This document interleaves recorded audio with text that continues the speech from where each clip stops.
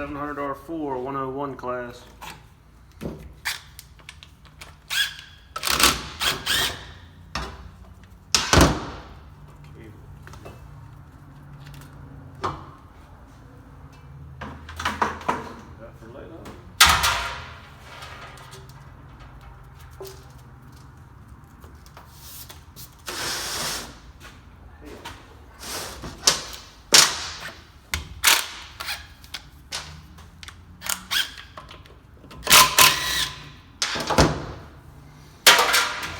These things used to crack all the time. I have to get them out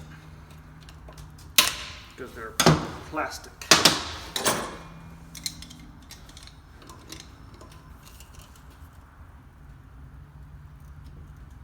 I ain't gonna try it. We'll get me a number 15 ratchet wrench on there. It'll break, and there ain't no more of them.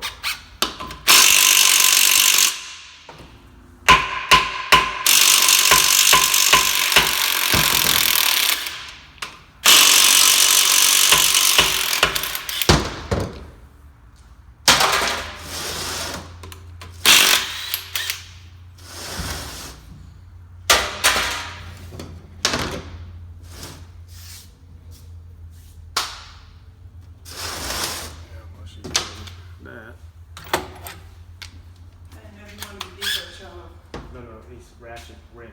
Oh, wrench.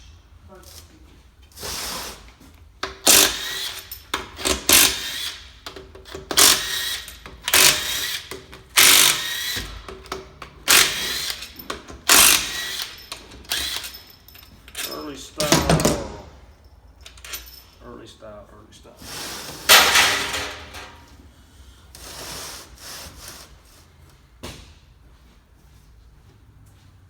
You know what a ratchet wrench is? Oh, jeez. I ain't gonna send you again. After that, you're fired.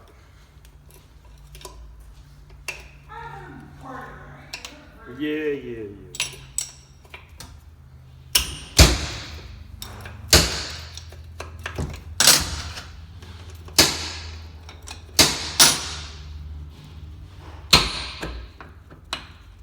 It's all right, I got it.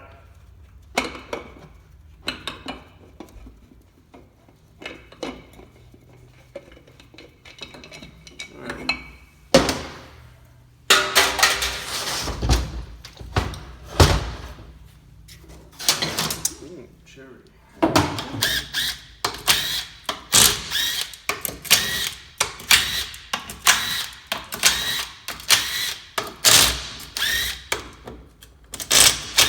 It's got a late pan on it.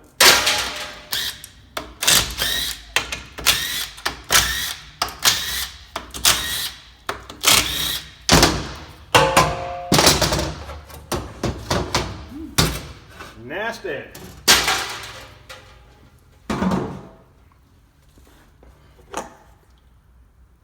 Thank God, this reminds me of my youth.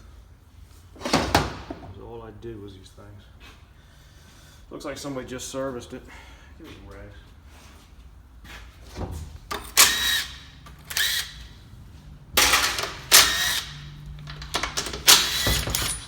Parking collar.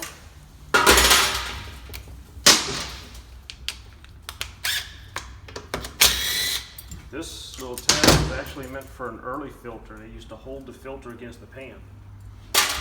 But you could put a late filter in all of them, which somebody has done. This is your TV assembly. This is your 4th gear pressure switch for your lockup.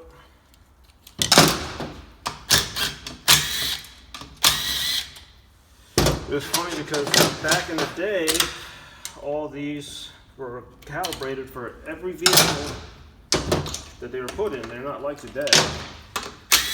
So this would have been for the vehicle it was in at the time and worked with the computer for the lockup and all. Everything was calibrated for the vehicle's tire size, the vehicle's gear ratio, engine load, torque. Believe it or not, all of that was calibrated through the transmission for the correct shift points and feed, downshifts. Okay. Now, this early style piston, they're trash. We throw them right away. And that spring worked just fine. But a little bit later, they put an orange spring there. Used to bust through the plate here and burn them up. Every year, put plate savers in. So we have a whole drawer full of plate savers. Your fourth gear, accumulator spring, another junk piston.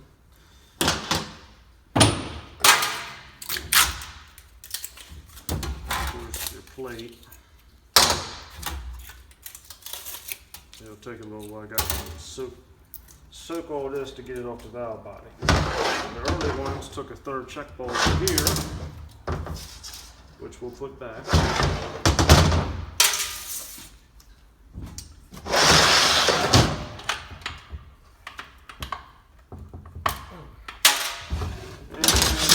Your grommet. Everybody changes filters, always leaves the old grommet up in there.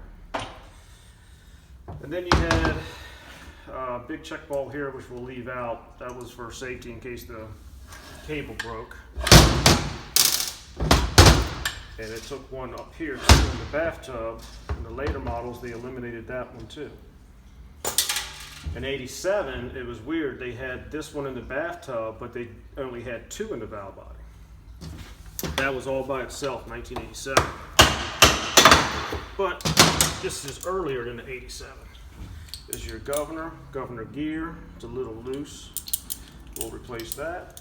It's not worn at all, which looks really nice. So far, everything looks really nice as far as being a rebuildable core for trans.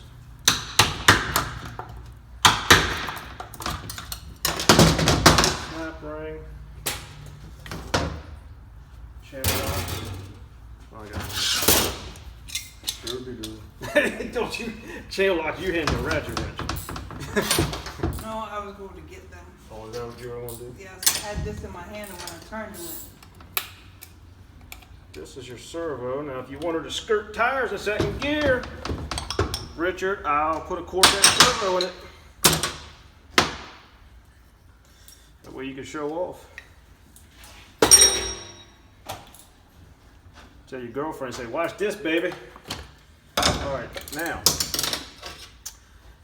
this is a 554 piston. This is like a V6. This is the weakest piston they had. We are not putting that back in there. We used to have to change these out on all of them.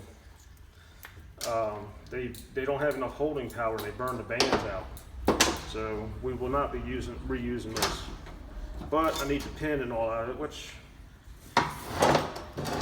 this is an early one because it has these two Teflon seals on it. Later ones, they did away with that.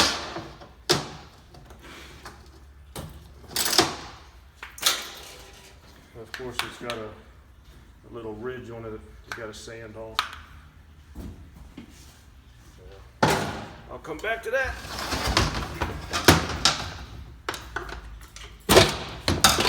Pump.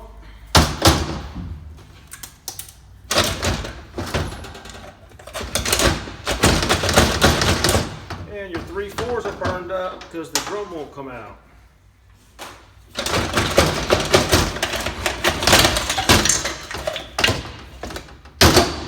And there's your band. Burnt up, flaked, gone. And it's a one prong, so this is the early band. Now these bands, we actually used to use them for racing because the lining was harder. So we used to collect these when they were cherry back in my day, and put the later one has two band things on it. Anyway, it's no good. We got to throw it away. This is an early Planet with a washer here. We're going to change this too. All this has to be upgraded. sun gear, I mean. Wow, I haven't seen stuff like this. This was an everyday occurrence when I was Richard's age, building transmissions with my father. This is what I learned on right here. You're looking at the transmission I learned on. So it does have the late washer, so we will reuse this. We'll just leave this washer off right here. We don't need this because we're going to change the sprag inside the drum. This sun gear shell used to break on every one. This is the early design. And I took a Jasper transmission apart and it broke on another shop on a test drive. And they insisted that the shop had screwed it up, and because they dyno tested it. Well, I took it apart. They had 1982 to 85 parts in a 2002 transmission. So this is trash. We are not going to put that back in. There's updated ones. These two washers we're not putting back in. Sun gear looks good.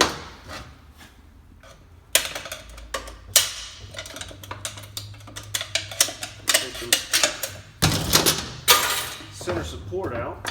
And the way you do this, little trick, is you gotta squeeze the support over, bump it, pull this out the back. There's your rear planet, and it looks like brand new.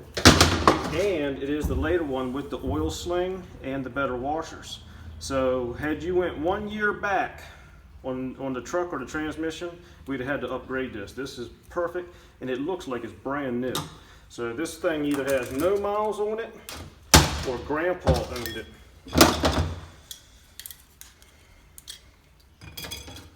And it's got the early style Turbo 350 sprag in it. Since then, they've put a wider sprag in it. So we'll change that up for you too. Your low reverse clutches, they only go bad if you run it low on fluid. And I don't know if the camera can show, but they are still like brand new from 1985. As a matter of fact, if you look, you can still see the writing on them. Borg Warner. Very nice. Then you get your clip out of here. Another barrel. Now.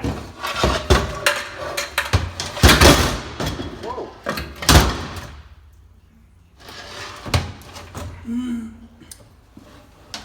Take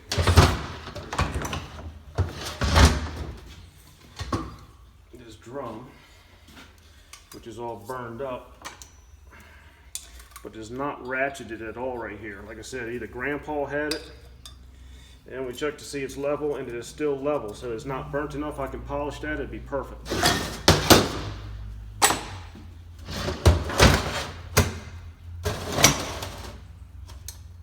Now, set that under there. Now this is going to have a 7-vein pump in it because they didn't come out with a 10-vein pump. It's an 88. These pumps used to break all the time just going down the road for no reason. Used to have, it was the plague Chevrolet. We used to get so many trans jobs where the pump was blown apart. So you've got 7 veins in here. 1, 2, 3, 4, 5, 6, 7. And this thing is like cherry. Even where the torque converter neck rides, there's barely anywhere. Barely. But we will change that to a 10 vein because literally you could build it perfect, put it back together with a 7, and then just go down the road and boom, stop moving. So we don't want that. Put a spring in here.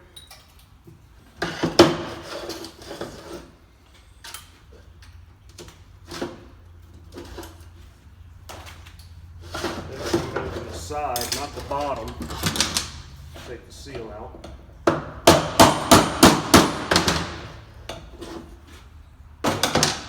They used to spin the bushings out right here all the time. So we had to drill the drain back And then we had to stake the bushing by putting 2 grind marks in it. The bushing we're going to put in here now is going to be a Teflon bushing out of a 4L60E. But this is an early, man, I ain't seen that in forever. That is crazy. All these old split rings like this, they don't use these no more. All these orange split rings, they don't use that no more. They're all white solid rings now. This was the very first days of overdrive transmissions. This was the experiment years. Then we had the boost valve. And I guarantee it's a C, what we call a C valve on this, which is going to be like a very weak one. So we'll put a B in it for a normal V8. And A would be for racing. Let me see. Let's see what you got here. Oh no, it's a B. Okay, good. We don't have to change that. I will change the reverse boost though. You see how teeny this one is? You need at least a 300 to make a decent, nice shift, and this also causes the band to burn up being too small. So we will not use that, but we will use this. Pressure regulator spring, we're going to use the shift kit, so we throw that away. The only other valve in there is your lockup valve. We don't mess with that. There ain't nothing to worry about.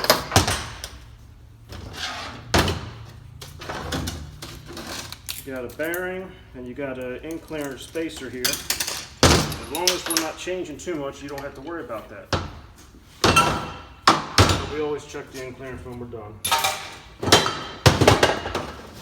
Now, this is some fun stuff. This is an early drum with a real thick snap ring. The later ones are 90 thousandths thick. This is an early style lower setup. We're going to change that. But your 3/4s are like brand new. I was wrong. I said they were burned up. They're not, and the teeth aren't ratcheted either. They're like brand new. So you just have a burned out band. So I was wrong on that. Must be getting a little rusty. So, anyway, we will put new ones, better ones in there for that. And your forward clutch.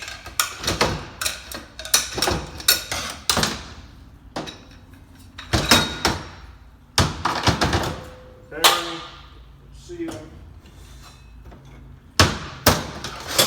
This is your underdrive or your coast clutches. They're fine. Then you have a wave, and back then you started the clutch off on the wave, and this piece was a lot thinner. All this right here we're going to change. All this is old stuff, and so is this sprag right here, where the early sprags you could just pull apart like that, and you shake them. You see that? You shake them and they fall apart. Look, it's no good. Your sprag is shot. No wonder the truck even moved. But that was the old style. That was, like I said, this is the stuff that they learned, they experimented on. All this has been changed since then. So we will change it as well. But in order to change that, you got to change all this also. So for right this minute, I'll throw the clutches away. Which all these steels are thicker on the later model, and the clutches are thinner. So you had to know how to interchange all this stuff back then, and when I was 13 years old, I knew it all. 14, 15. But there's your forward, and they're fine, and these right here, your coast. Your coasts are only burned up if you have a cracked drum or something. So whenever you got these burned up, you better pay attention to your drum, or else it's just going to burn up again. But this was a common problem. God, this was the easy days. It's like we knew all this. So now, your reverse clutches are here, or what we call the reverse input. This clutch comes on with the low reverse to back up the vehicle. And they used to shudder all the time from 87 up when they went to the aluminum piston. You've got the early steel one. They also used to have a very small hole in the early ones. This has the square hole. So it has more oil, more supply oil going to it. The only problem with that is you got to make sure that you have the large hole here. So you have a small hole here. So it'll be restricted. But again, on a steel piston, it's not an issue. But they would shutter when hot, backing up. Now these are burned up, so maybe I will change the stator and put the larger hole in it, just so it has more volume. So, but to be honest with you, I could just put it back together and it'd be absolutely fine probably. I'll make that decision later. And then you just take your drums apart, and that's it.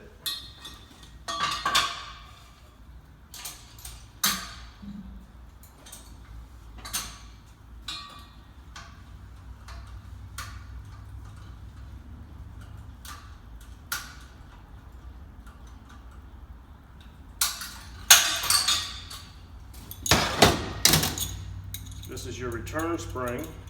When the clutch is off, to hold the clutch off. And this is the piston with the two seals that catches the fluid to apply and squeeze the clutch in.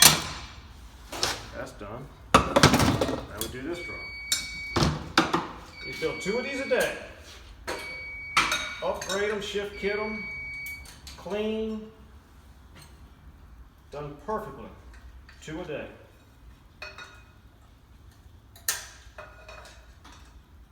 Back when I lived in Cabo. Here's your return spring on this, and of course it's been upgraded on all the electronic models. It's different, but we'll use this. On this model, it doesn't matter. Tap that. Nice and clean inside the drum. That's nice when people service them because the fluids have detergents and it keeps it clean.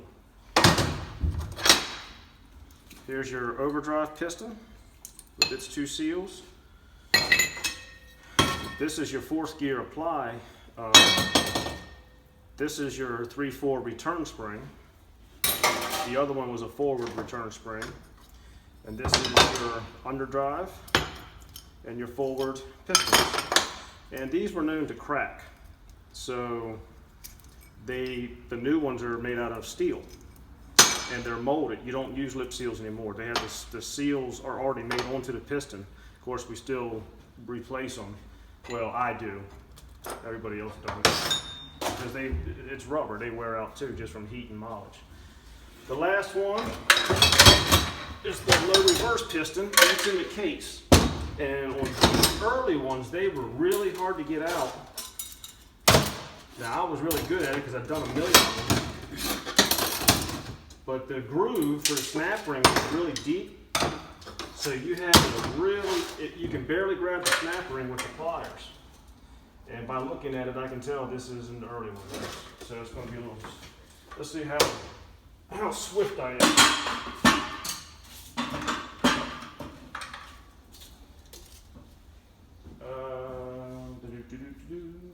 Where's my tool?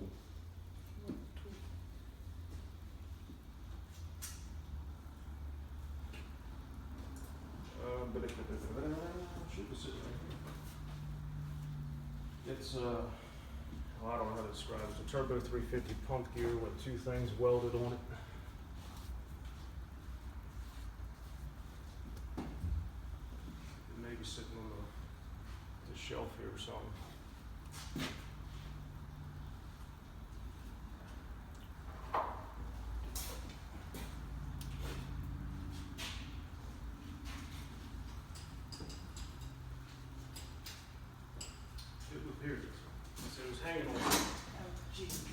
Okay, so this is a homemade tool that my father showed me how to make years ago. It works perfect. Works better than the tool they sell. And you have to use these snap ring pliers with these ground just a little bit. Now, let's see.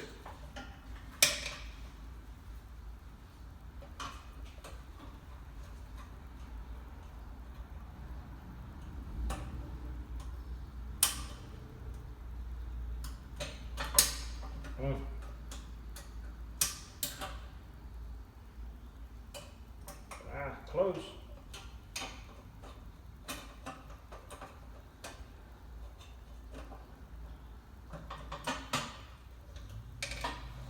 Okay, I got it started. I'm gonna grab a pick. There you go, hot damn, the boy is good. When I was a kid, I spent hours trying to do that. And my father would walk over and do it twice that fast. It's a feel that you get, and it just comes from repetition. There's your spring. You put a little air down here. Oh, we don't have no air.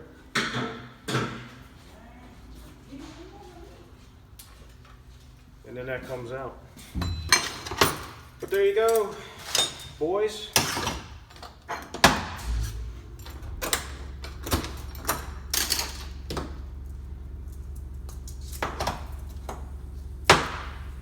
That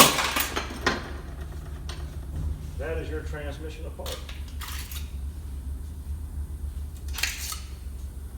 This is a very nice transmission. Very nice. It needs to be upgraded, the normal stuff. But as far as a 700R4, which are very hard to find now, believe it or not,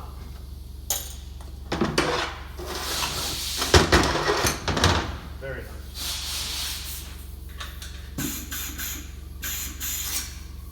That's good, you can shut it off. Now, they used to also be very hard to get past the parking call. And we used to have to reach down in the case and grind the parking pawl just a little bit.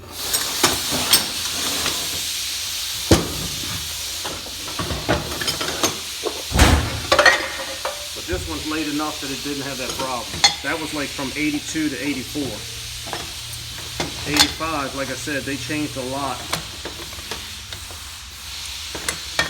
As long as this thing is, as much as all this needs to be upgraded, you have no idea what an 82 to 84 was. You might as well just throw everything inside the transmission away on an 82 to 84 and start over with a casing, you know, in the valve body. You can still use the valve body. They didn't change much through 86 on the valve body. And I'll let this drain a little bit more. But that's it. Now we wash it all out. Does it go back together that fast? No. But I always told everybody I can take a transmission apart in 10 minutes and tell you what you got. I used to do it and let the customer stand there and watch. That way they could see their transmission.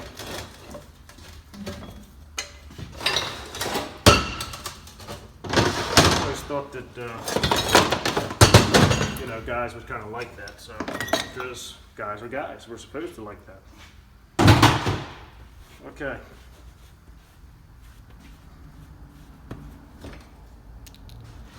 There you go.